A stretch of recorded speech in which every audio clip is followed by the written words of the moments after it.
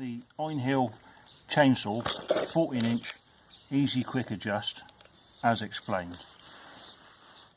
Easy put together, no spanners required. You've got a big lever on the outside and a small ring on the inside. The small ring adjusts the chain tension and the big ring locks it onto the bar.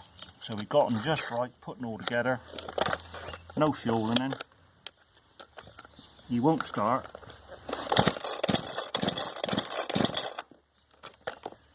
Just put some fueling in to prove he works.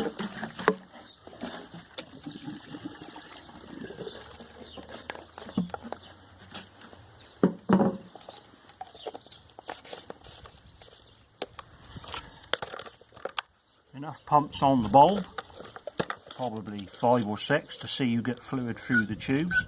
3, 4, 6, 7, well, 8, 9, 10 for luck. I can see fuel. Choke on, throttle on.